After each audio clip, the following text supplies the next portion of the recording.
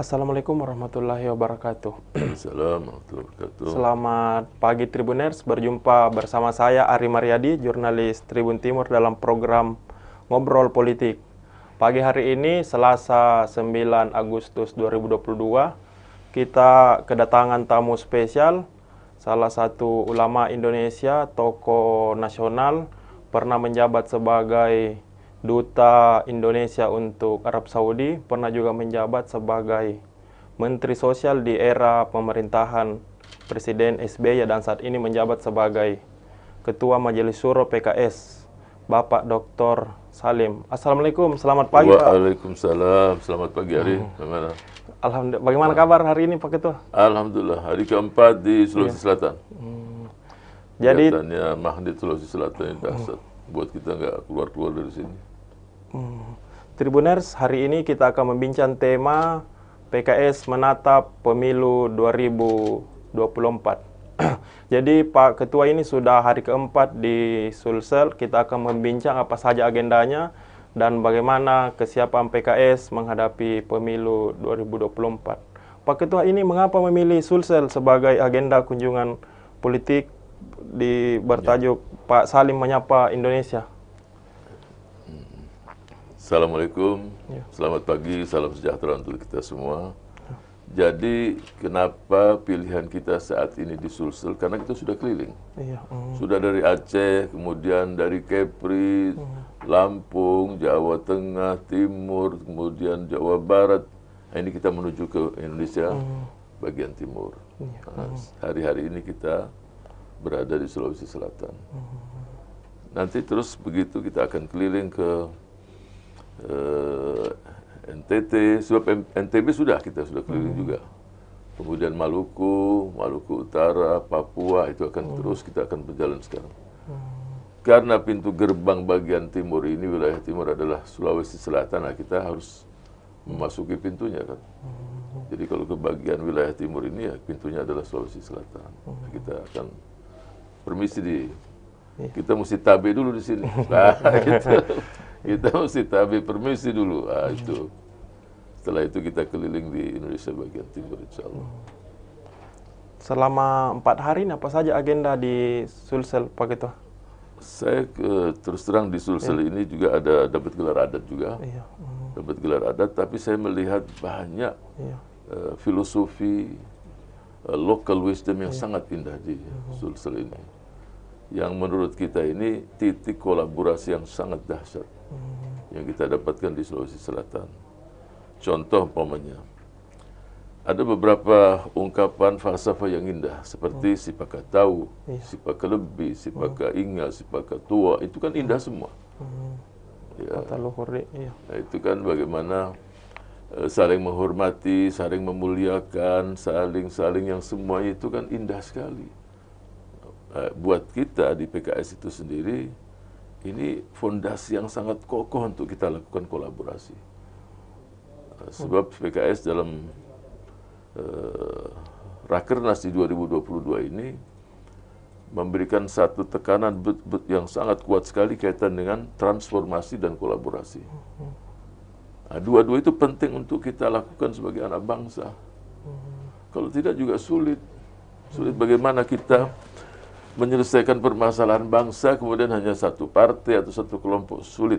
Saya yakin juga tidak akan terwujud. Tetapi kalau kita bergandengan tangan, berkolaborasi bersama-sama, dan kita dapatkan kekayaan local wisdom kita, itu ada di daerah-daerah. Ya, ratusan suku, ratusan bahasa, 17.580. Ini kalau kita tidak bangun kerjasama yang kuat, sulit. Sulit sekali, apalagi tantangan kita saat ini kan luar biasa. Tantangan global, tantangan regional, tantangan lokal, semuanya juga harus kita hadapi. Apalagi sekarang baru selesai dari pandemi. Jadi kita memilih di sini sebagai pintu gerbang. Seperti saya katakan, ya tabe dulu di sini. Kita permisi untuk memasuki wilayah bagian timur. Kita mulai juga melihat banyak peninggalan-peninggalan kuno yang harus dijaga oleh bangsa ini. Kita ke daerah Maros kemarin juga. Kalau Maros itu kan dikatakan buta salewengan, Iya.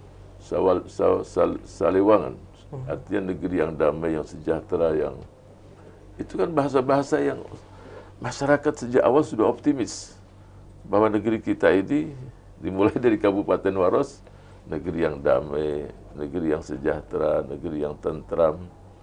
Nah, dari tempat yang kecil ini bagaimana kita munculkan seperti yang diinginkan oleh pendiri bangsa, negeri yang gemah ripah loh jinawi, negeri yang tentram, berdaulat, damai, sejahtera. Ada semua. Kenapa kita tidak munculkan dan kita buktikan di negara kita?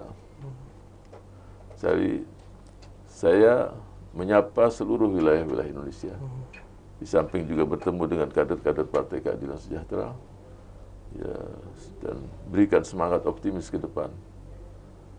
Banyak lagi ungkapan-ungkapan di Sulawesi Selatan itu yang indah, seperti Rebah Sifat Tokong.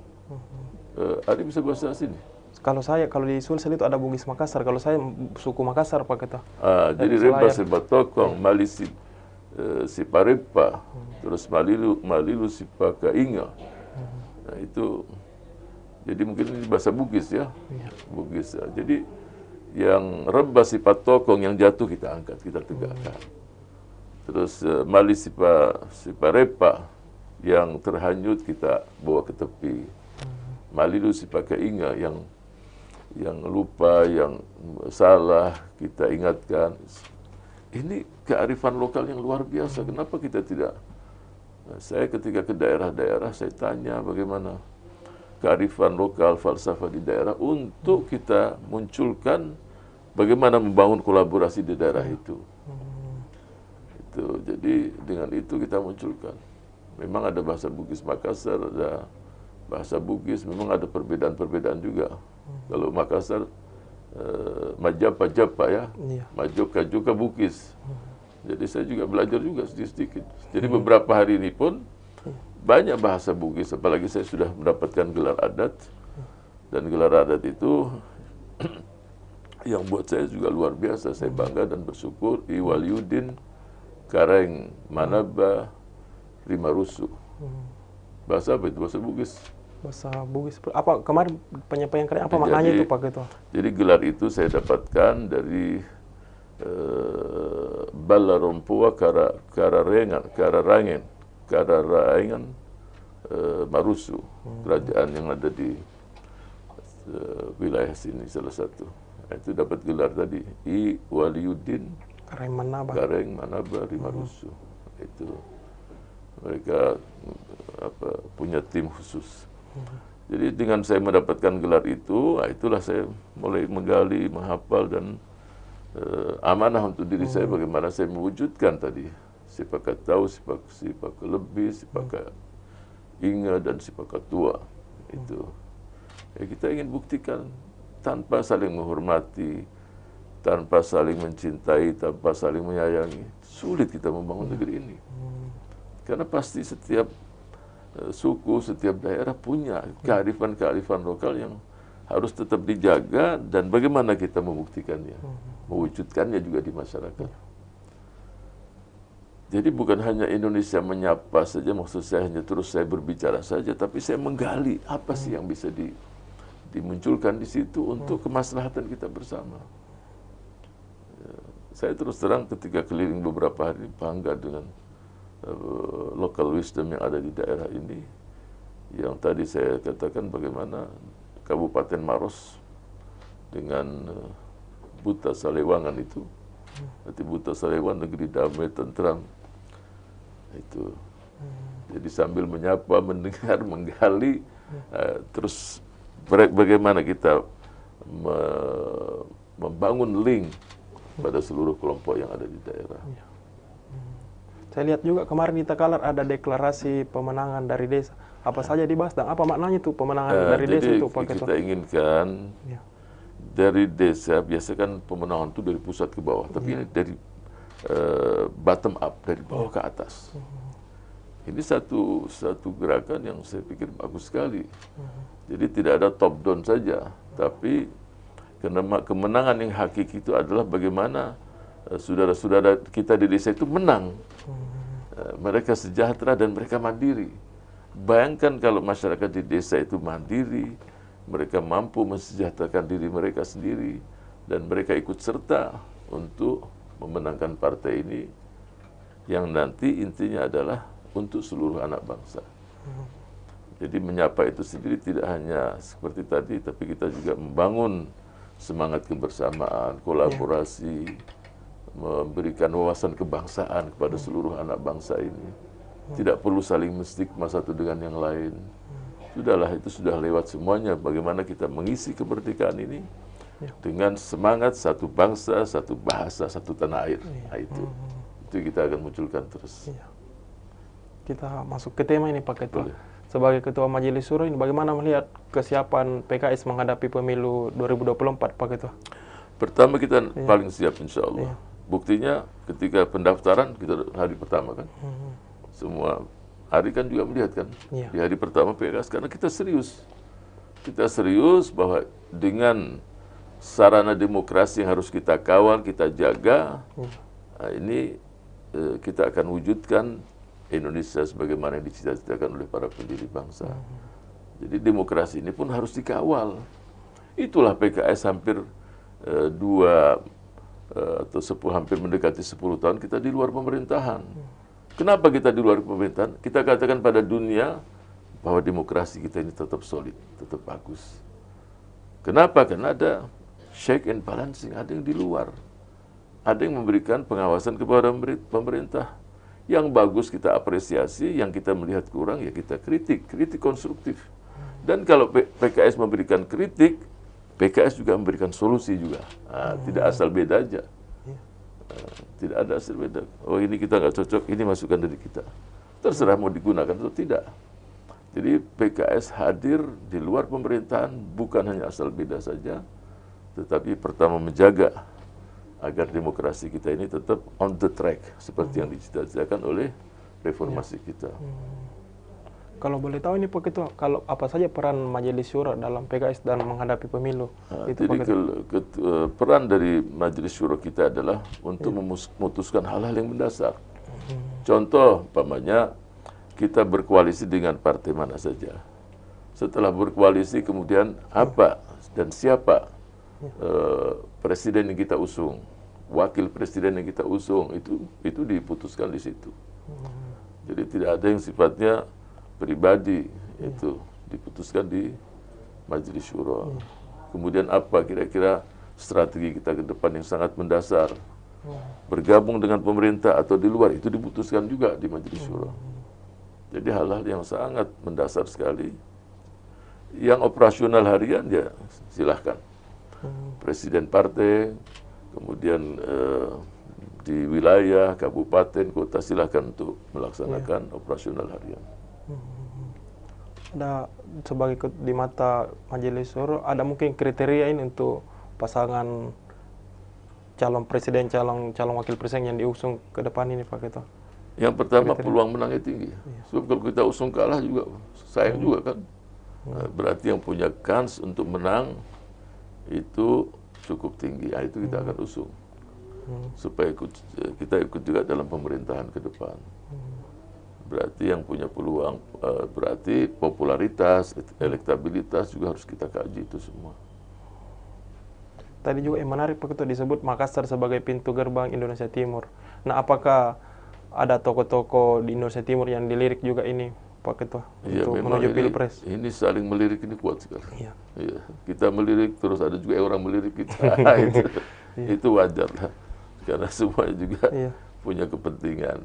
Banyak sekali saya lihat di Indonesia Timur ini. Ya, tapi tetap kita terus akan kaji. Karena pasti juga kita akan melihat sejauh mana popularitasnya juga, elektabilitasnya. Kalaupun sekarang masih rendah, bisa enggak dalam waktu kurang lebih setahun ini meningkat atau 6 bulan ini? Nah, itu semua kita akan kaji. Kelihatannya di Tribun sudah ada nama-nama masuk. Ada mungkin bocoran nama-nama, mungkin atau bocoran kriteria kalau bukan nama-nama Pak Ketua. Tapi biasanya di Tribun dengan follower yang tadi ada 1 juta, 6 juta, nah, ini pasti juga ada yang Iya. Nama-nama sudah masuk. Kalau ada bocoran kita juga dikasih tahu kan juga. Iya. Nah, itu kita juga menerima juga. Ya. Kalau bocoran mungkin ke arah mana koalisi PKS ini ke depan Pak Ketua? Iya, jadi kita terus masih komunikasi, belum kita putuskan. Kita komunikasi dengan seluruh partai politik. Jadi semua partai, ya ada yang memang terbuka, ada yang partai-partai tertentu ingin silent, tapi komunikasi jalan terus. Ya, nanti sampai ya seperti kereta api juga, kita semua dalam kereta api. Di gerbong ini kita ngomong terus. Nanti di stasiun mana baru kita turun. Nah itu sudah ada keputusan. Jadi masih. Nah kalau dalam gerbong itu pasti masyarakat melihat tapi nggak tahu apa yang dibicarakan. Ya itu. Ini kan wartawan melihat dari luar kereta api kan. Di kereta api itu kelihatan wajah-wajah itu. Tapi ya itu. Nanti kalau pas kita berhenti, itu sudah ada. Nah, berhentinya di mana ini belum tahu ini. Taruhlah perjalanan dari Jakarta menuju Surabaya. Nah, ini kita masih di Cirebon, terus keretanya jalan. Itu. Mudah-mudahan tidak ada yang lompat dari kereta api. Sebab lompat kereta api bahaya juga itu. Nah ini koalisi ini belum terbentuk. Biasa ngomong dengan partai ini dua, terus satu pindah lagi. Ada yang pindah gerbong. Nah, cuma kita berharap jangan ada yang sampai lompat keluar. Nah, itu berat itu. Pak Salim ini kan dulu di masa pemerintahan SBY berada di pemerintahan.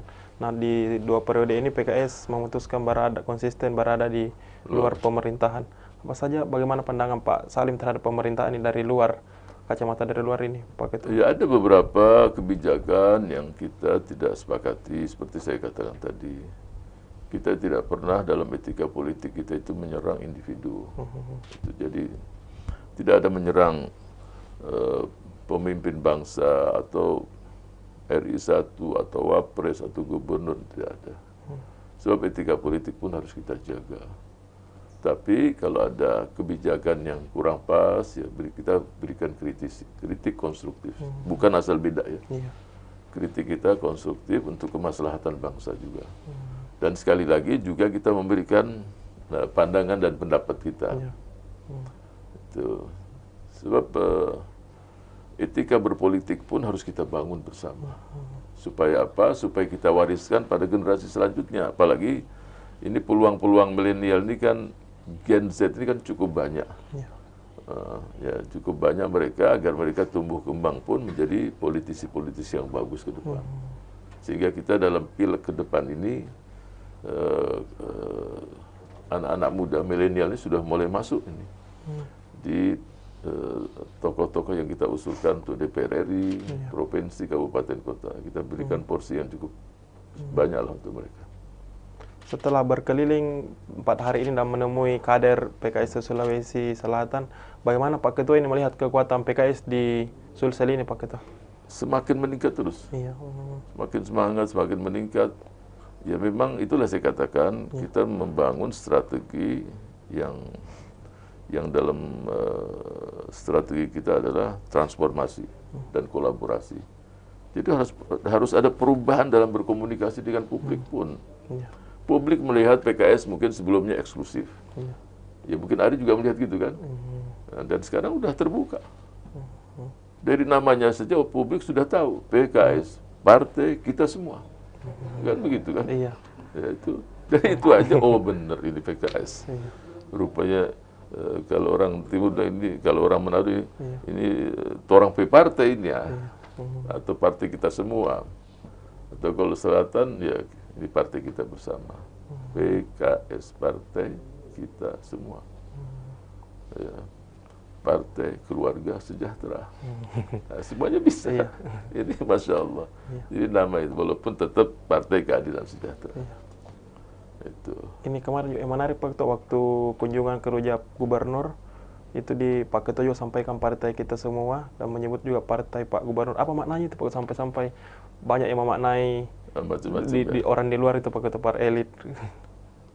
Iya, kemarin kita bersilaturahim ke pertama tokoh ini bukan tokoh sembarangan. Waktu gubernur atau ke Panglima? Waktu ke dua-duanya Pak Ketua. Waktu di Gubernur juga Pak Ketua disebut PKS adalah partai kita semua dan partai Pak Gubernur juga, sampai direspon tertawa di itu hari di partainya Rujak. gubernur.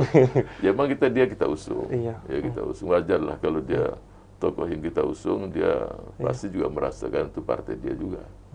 Ya kan kita mengusung seseorang menjadi ya orang nomor 1, nomor 2, ya dia pasti merasakan ya bahwa itu adalah usungan PKS. Ya kita inginkan dia juga bagaimana sebagai tokoh yang diusung oleh PKS ikut berkontribusi membesarkan partai ini, wajar.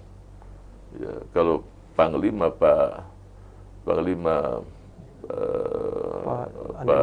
Andi Muhammad, ya dia jalur keturunannya kan dari keluarga raja, cucu dari Raja Bone yang ke-32. Kemudian jadi ini bukan tokoh sembarangan. Dia dari segi silsilahnya juga tokoh yang luar biasa, darahnya darah kerajaan, darah raja, dan dia dapat posisi. Dia bagaimana dia Pangdam 14 ya Hasanuddin. Itu kan tokoh yang nomor 1 untuk Sulawesi Selatan, Sulawesi Barat, Sulawesi Tenggara, itu kan luar biasa. Sehingga wajarlah ya kita bersilaturahim. Dan akhirnya kita berkunjung di rumah pribadi, rumah raja lah itu. Ya, kita siapapun tokoh-tokoh yang penting di provinsi, maka merupakan satu kewajiban kita untuk bersilaturahim, menyapa kan, menyapa itu ya pasti tokoh-tokoh pun harus kita sapa juga, kita kunjungi. Kita ingin mendengar apa masukan mereka untuk PKS ke depan. Mungkin ada sesuatu yang kita terlupakan, diingatkan. Namanya partai kita semua, harus kita ingat juga kan. Harus kita mendengar, oh ada kekurangan, kita kurang perhatian pada kelompok ini, itu terus nanti kita buat kebijakan. Kalau nasional, saya perintahkan di DPR RI untuk memperjuangkan beberapa regulasi yang maslahatnya nanti untuk nasional kita, bangsa kita, masyarakat kita. Apakah berarti menyebut partai kita semua itu semacam ajakan juga ya Pak Ketut? Seperti apa Pak Ketut? Ajakan gabung artinya misalnya. Kita inginkan partai ini menjadi partai yang besar. Karena kita sudah lama di partai menengah. Ya bayangkan kalau mahasiswa nggak naik-naik juga nggak bagus juga kan. Terus dia semester 1, terus semester 2, nggak naik-naik. Nah kita ingin naik lah. Jadi kalau kita naik kelas pun, saya pikir ya, saudara-saudara kita di partai-partai lain pun memaklumi. Ya, sudah cukup lama kan, dan mereka sudah menjadi partai-partai besar. Ya, kita nggak ada keinginan yang besar turun, silahkan, tapi kita ikutlah. Juga menjadi partai yang sekurang-kurangnya tidak lagi di bawah 10%, naik dari 10%. Itu untuk apa ya? Untuk kita memberikan yang lebih maksimal untuk bangsa ini.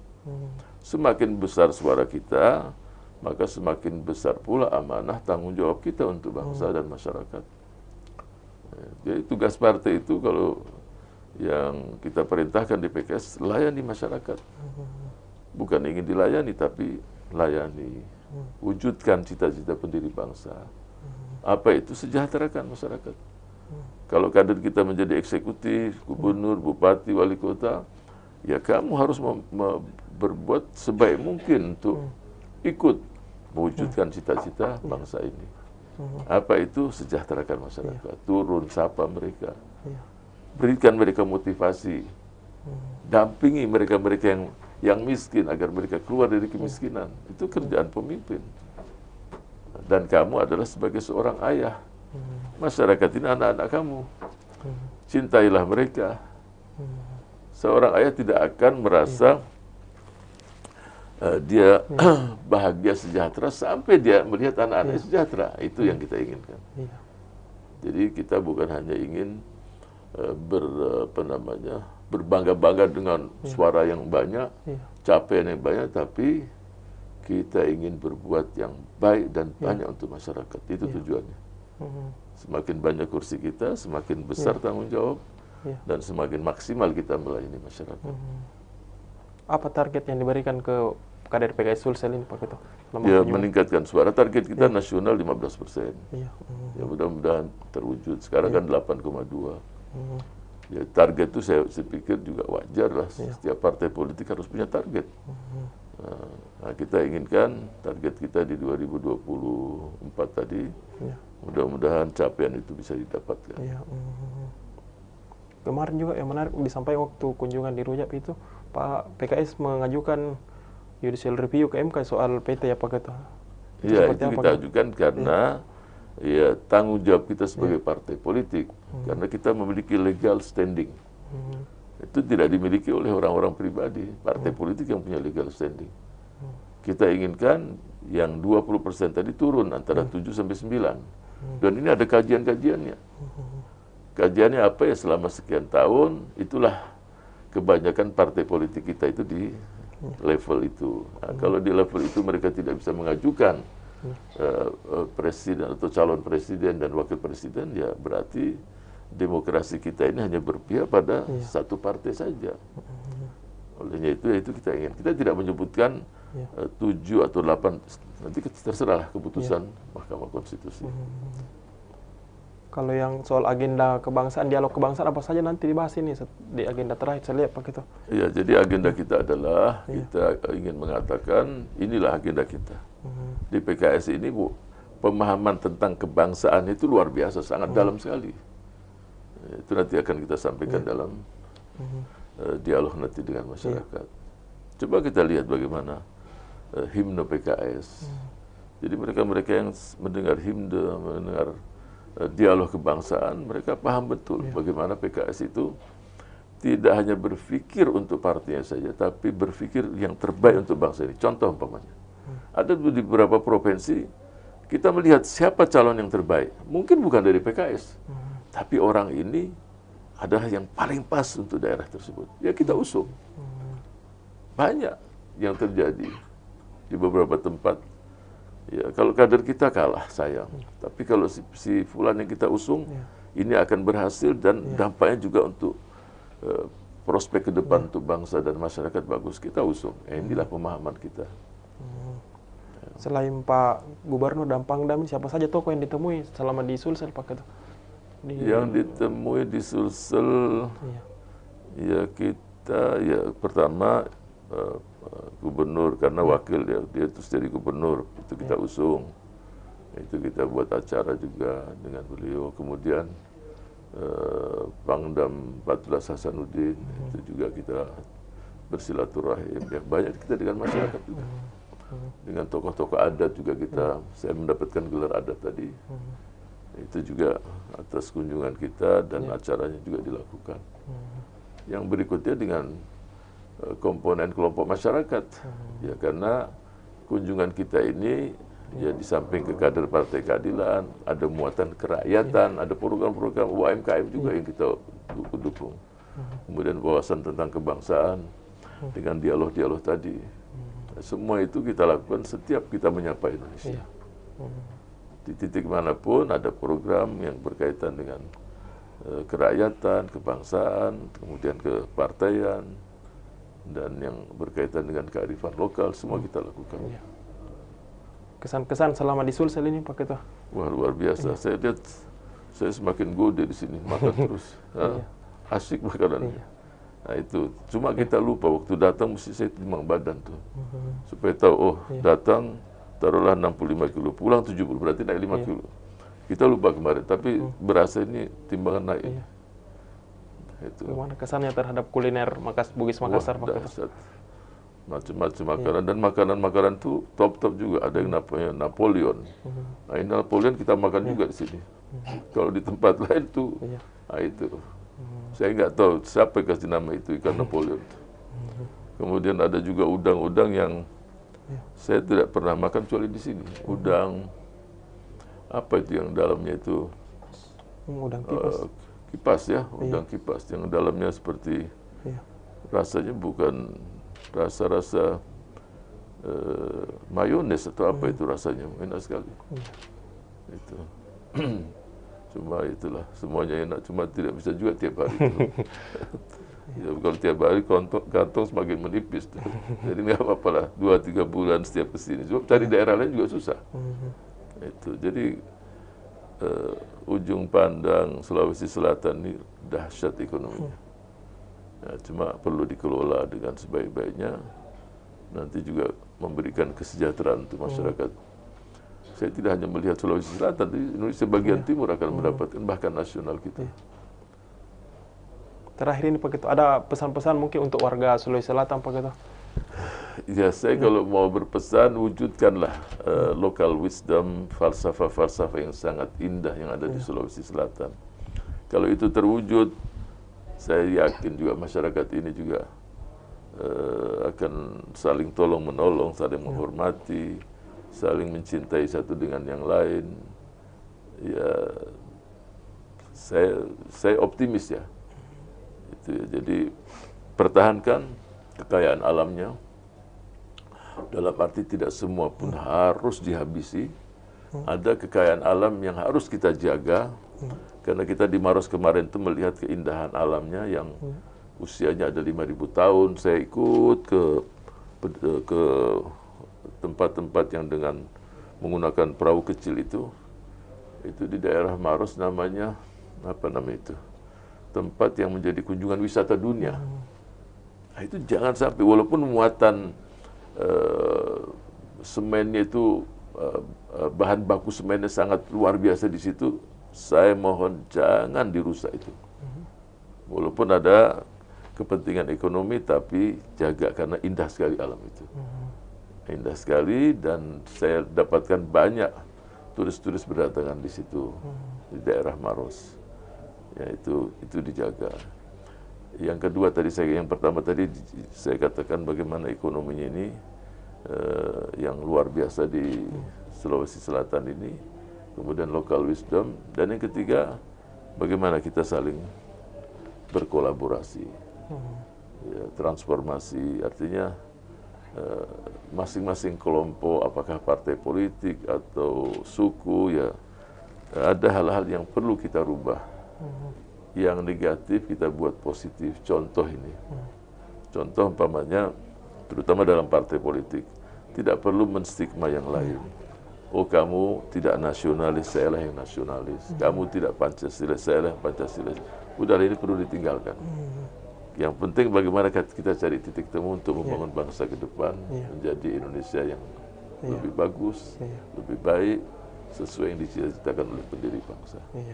Kalian di Sulawesi Selatan memiliki anak-anak muda yang hebat, munculkan mereka dalam bentuk apa saja yang mereka miliki, apakah di partai politik, di usaha, UMKM. Nah, di situ juga mereka bisa merasakan kekayaan alam ini dan mampu untuk mandiri serta memberikan yang terbaik untuk saudara-saudara kita yang lain. Semoga terwujud itu semua. Gimana, Ari, siap? Iya, baik Pak Ketua. Masih anak muda kan? Baik Tribuners, tidak terasa hampir 1 jam kita berbincang, ngobrol bersama Ketua Majelis Suro PKS, Bapak Dr. Salim. Terima kasih atas waktunya Pak Ketua. Terima kasih Mas Adi. Iya, demikian Tribuners, tonton terus YouTube Tribun Timur. Saya Ari Mariadi, jurnalis Tribun Timur, bersama narasumber kita Bapak Dr. Salim. Pamit undur diri. Wassalamualaikum warahmatullahi wabarakatuh. Waalaikumsalam warahmatullahi wabarakatuh.